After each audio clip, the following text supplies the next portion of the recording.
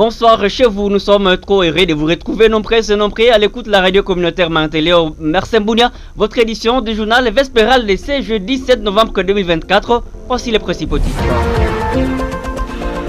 Les ex-otages des terroristes et ADF qui sont hébergés au site de Dianko ont été assistés par les membres de l'association qui tirait les Tchanda IRASBL de la ville de Bunia. Détail dans votre édition du journal. Comment vivent les personnes prises en otage par les présumés ADF d'Alherbation? Ces ex-otages de ces terroristes font des témoignages alarmants à découvrir dans votre édition du journal. Les jeunes du territoire d'Irumu sont appelés à l'autodéfense pour vaincre l'ennemi de la paix dans ces territoires. C'est la CRDH qui a lancé cet appel. Voilà les trois titres que nous avons choisis parmi tant d'autres pour votre édition du journal Vespéral. Voici donc les détails qui vous arrivent ici et maintenant, gardez l'écoute. Ce journal vous est présenté par Joseph Muhindo Tissouti. Il s'appelle Manix Pechou, l'autre côté la baie vitrée pour la prise de son et la mise en onde. Auditrices, auditeurs, voici votre édition du journal au complet. Excellentes conditions d'écoute à vous toutes et à vous tous. Nous l'avons annoncé au sommaire de votre édition du journal. L'association culturelle Tchanda Iran de la ville de Bunia a insisté en vivre et non vivre les 119 ex-otages des ADF hébergés au site de Dianko ce jeudi 7 novembre 2024. Conduite par Moufalme Mouke Ezekias, président de cette association. La délégation, constituée d'une centaine de personnes, a réconforté ces ex-otages des ADF arrivés à Bunia depuis le jeudi de la semaine passée. Moufalme Mouke Ezekias demande au gouvernement de bien prendre à charge ces derniers et de les remettre à leurs familles respectives.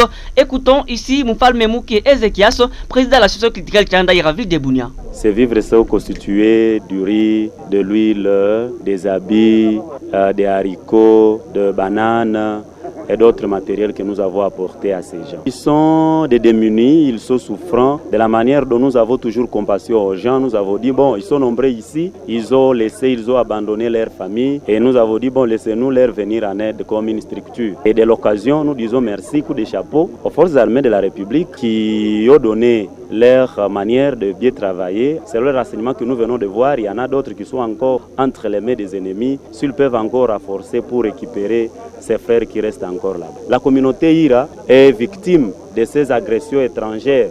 Et que ce soit au Nord Kivu et à Ituri, c'est elle qui est la première victime. Parce que parmi ces otages, le plus grand nombre ou la majorité d'entre eux sont de la communauté Ira. On ne sait pas quoi, qu'est-ce qui leur motive, mais ils sont en train de jouer sur la démographie de cette communauté, l'économie de cette communauté, l'assiduité au travail de la communauté fait peur qu'aux nationaux et internationaux, on ne sait pas pourquoi. Ainsi, ce que nous demandons aux autorités militaires, au gouvernement congolais, de remettre ces personnes dans leur famille pour un suivi permanent parce qu'ils sont dans les mauvaises conditions.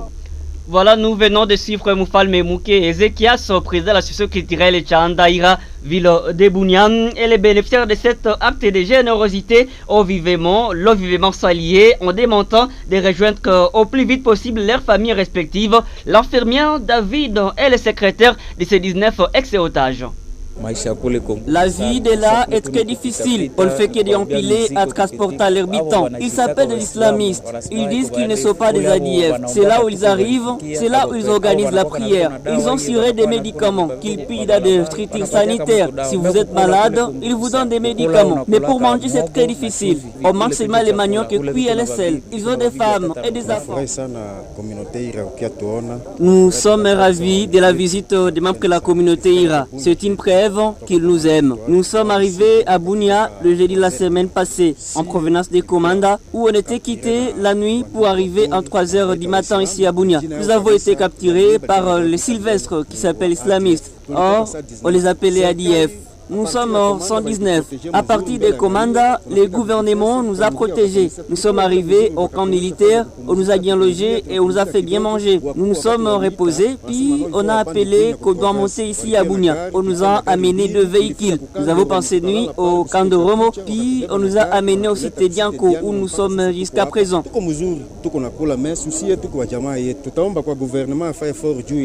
Nous sommes bien ici, nous mangeons bien, mais notre souci c'est de voir nos nos membres des familles. Nous demandons au gouvernement de tourner son regard vers nous, car si tu n'as pas encore vu membres des familles, l'esprit n'est pas toujours tranquille. Certains sont malades, c'est à cause du souci de voir les membres des familles. Nous devons rencontrer nos membres des familles.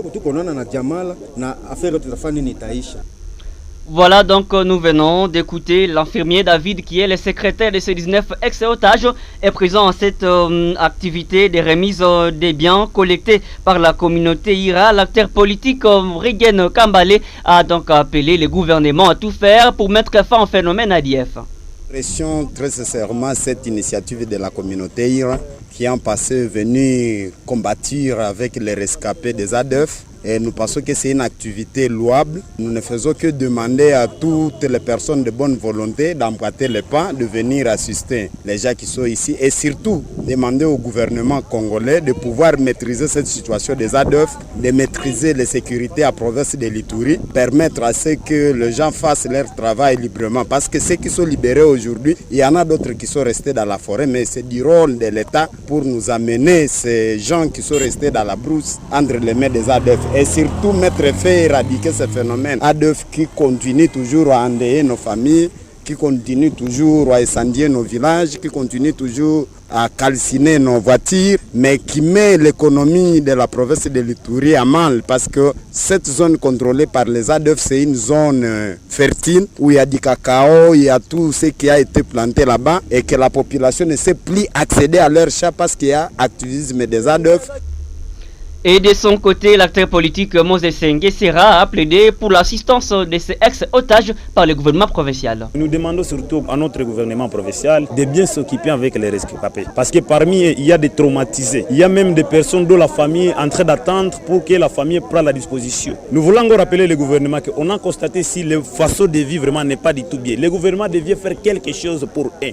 Moi, je me pose des questions. Pourquoi le gouvernement peut manquer comment encadrer, je ne sais pas ça, une dizaine de personnes qui sont ici? Et pourtant, ce sont des rescapés. Et pourtant, le gouvernement est là pour mettre fin de toutes les histoires qui ont déranger notre pays. Les ADF est là. Si le gouvernement prend une disposition avec la détermination, toutes les histoires là vont finir. Le gouvernement doit prendre leurs responsabilités. Nous avons besoin de la paix. Le gouvernement doit prendre ses responsabilités, a donc indiqué l'acteur politique Moses Nguessera. Et voici le deuxième titre annoncé au sommet de votre édition du journal. La vie dans le bastion des ADF n'est pas facile. Les manger, mais également les quotidiens cause problème. C'est un témoignage alarmant d'un des ex-otages que nous avons rencontré au site de Diango. Les voici.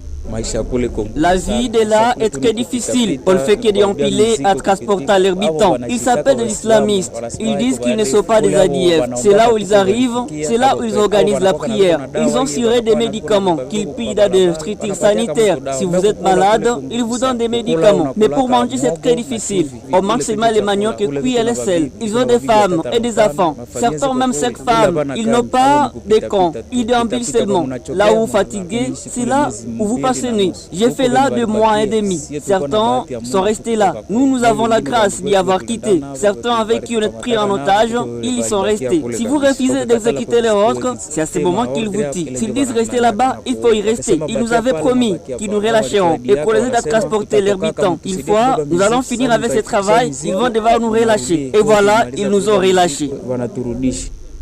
Voilà, c'est le témoignage d'un des ex-otages des terroristes ADF dans les territoires du Roumou. Et nous parlons toujours sécurité dans votre édition du journal Attaque et ADF dans la chefferie de Walendu Bindi en territoire du Roumou. Le député provincial Mugasa Monko Jérôme, l'UDC territoire, appelle le gouvernement provincial et les organisations non gouvernementales à assister toutes les personnes qui se sont déplacées dans des écoles et églises pour y trouver abri en craignant les attaques de ces terroristes ADF. Dans une déclaration faite à la presse, des cris de cœur, cette ligne du peuple déplore les pertes en vie humaine et matérielle enregistrées lors de l'attaque d'ADF le mardi 5 novembre dernier. Voici l'honorable Mugasa Mongo Jérôme. Ces attaques ont causé les déplacements massifs de la population des villages voisins, notamment Makedi, Aveluma, Mataratara, y compris les rescapés du village Mukato. Toutes ces populations se retrouvent inopinément à la recherche de l'abri et ont regagné les écoles, les églises dans les villages non touchés tels que Kelenzi, Kamati Mudogo, Aveluma, Bengue, Avezon, pour ne citer que ceux. D'autres ont trouvé des endroits salubres pour leur cachette. Et il a constaté que la condition de vie actuelle pour ces personnes déplacées s'avère indigente. Le gouvernement provincial, les différentes organisations non gouvernementales œuvrant à Nitouri et les personnes de bonne volonté de leur venir en aide, car celles-ci ne restent qu'avec un seul bien, le souffle de vie. Nos condoléances s'adressent particulièrement aux personnes touchées par ces meurtres et en port de leurs membres de famille par ces homicides qui veulent la tête du peuple congolais perplexe.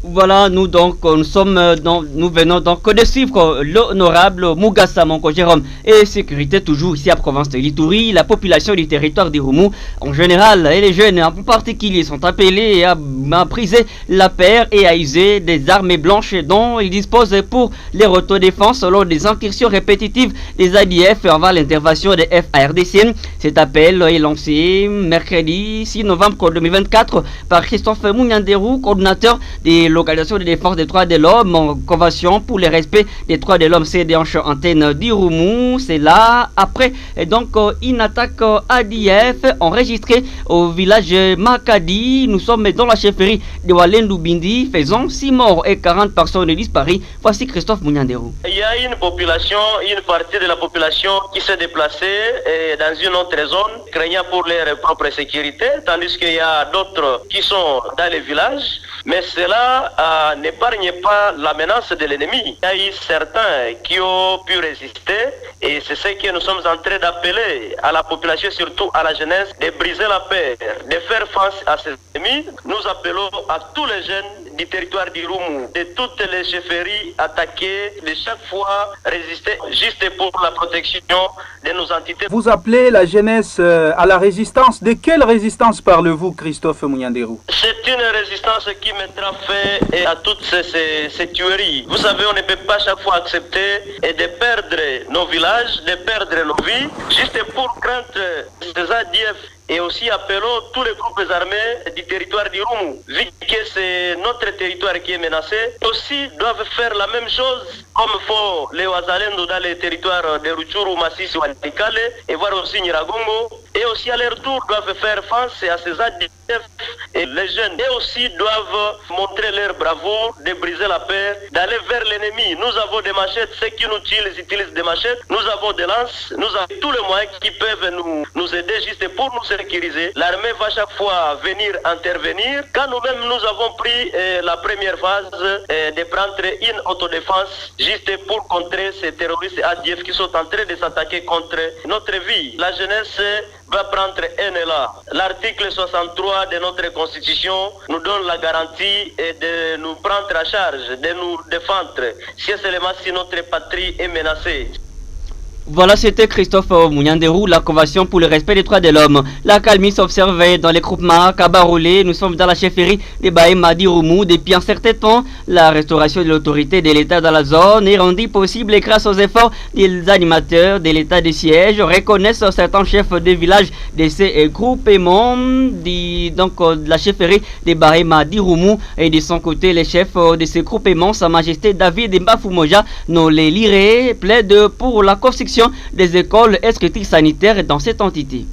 Et nous parlons autre chose dans votre édition du journal. Nous quittons la province de l'Ituri pour celle du Nord Kivu. Un nouveau souffle d'espoir avec l'ouverture d'une école primaire à Beni. Cet ancien bastion des ADF situé à l'extrême nord-est de Beni, à la limite du parc national de Virunga. Alain Kisokero, notre permanent de la ville de Beni, nous fait les points complets. Pour la toute première fois, une école a ouvert ses portes dans le hameau de Bapakone Bakondo, qui était autrefois l'une des principales bases de rebelles ADF M2M offre désormais un espoir de paix à ses habitants. Interrogé par Trésor Kapepela de la radio RTGB, certains résidents se réjouissent de cette ouverture. Au cœur de Kididioé, l'école primaire Madi Bichot accueille désormais 2 élèves de tous les horizons, notamment les enfants de militaires stationnés dans la région. Le directeur de l'école salue le rôle déterminant joué par les forces armées de la République démocratique du Congo dans la sécurisation de la zone, leur permettant d'exercer leur métier dans de meilleures conditions. Kamate Moulogo, un habitant, souligne l'excellente collaboration entre les enfants des militaires et les enfants des agriculteurs. Il affirme que les habitants de Kididioé se sentent plus en sécurité que ceux vivant au centre-ville de Béni. Masika Anita, une élève de 8 ans, exprime sa fierté d'habiter Kididioé avec ses parents agriculteurs. Son enseignante, Masika Lusenge, originaire de Butembo, salue le professionnalisme des forces armées de la République démocratique du Congo FARDC et encourage les relations civilo-militaires. Rappelons que Kididioé a été libéré des ADF M2M en novembre 2019 à l'issue d'importantes opérations militaires menées par le général-major Peter Chirimwami, aujourd'hui gouverneur militaire du Nord Kivu, Béni Alain Kisokero. Et nous restons toujours en Nord Kivu, la gestion de l'environnement pendant cette période de guerre issue des rebelles du M23 RDF, les djihadistes ADF à l'est de la RDC, demeure critique par rapport aux zones sécurisées. Voilà le message de la chef du Fonds forestier national Antenne de Kassindi, Madame Aline Yema Ombe, à l'occasion de la journée internationale la préservation de l'environnement en temps de guerre, célébrée chaque 5 novembre de l'année. Selon cette chef, le pays a sur les plans social enregistré une cargaison de rescapés de guerre et du point de vue économique.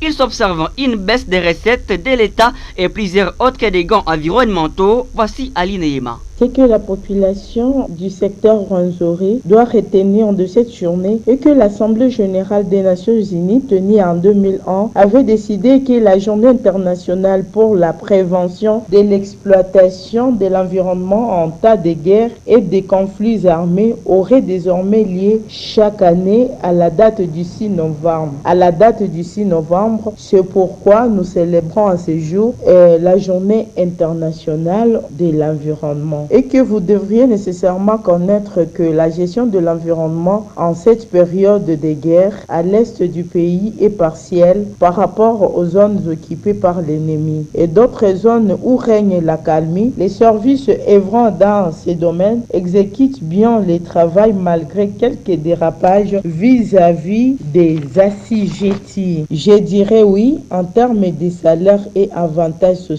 c'est le cas du Fonds forestier national. Néanmoins, en termes de recettes, non, car les agents qui travaillaient dans les zones occupées actuellement par les M23 par exemple, les ZDF et j'en passe, n'ont pas de fonction. Les conséquences qu'on peut enregistrer ce jour pendant cette période de guerre dans les secteurs de l'environnement est que sur le plan social, nous avons beaucoup de rescapés de guerre et sur le plan économique, il y a baisse des recettes. Il y a baisse des recettes de l'État. Aussi, toujours sur le plan économique, les populations qui vaquaient librement dans le cadre des commerces ne font plus ces mouvements. Et sur le plan environnemental, on enregistre beaucoup de dégâts. Et il y a la pollution de l'eau, la pollution également de l'air, des sols, les déboisements et abattage des arbres au profit des groupes armés.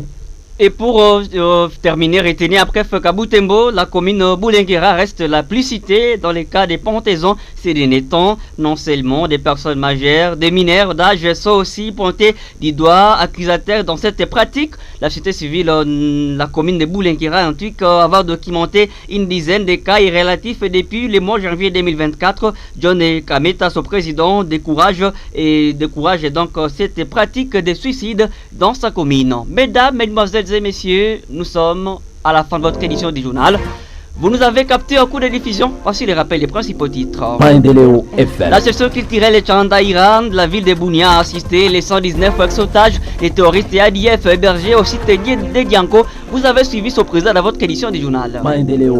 Comment vivent les ex-otages ou les otages des ADF dans leur bastion? La vie n'y est pas facile. Vous avez suivi un des ex-otages. La jeunesse du territoire du Roumou est appelée à l'autodéfense en utilisant tous les moyens possible pour briser la paire devant les terroristes et ADF. La CRDH a lancé cet appel. Je vous ai servi avec abnégation Joseph Mouhindo Tshisekedi devant les microphones pour la présentation de cette édition du journal. Il s'appelle Manix Petchou qui était de l'autre côté la baie vitrée pour la prise de son et la mise en onde. Réalisation vidéo Sicilien mal les youtubeurs. Les programmes continuent sur votre radio. À très bientôt la page sportive avec bonheur. Restez donc à l'écoute. Rendez-vous demain matin 6h10. Mais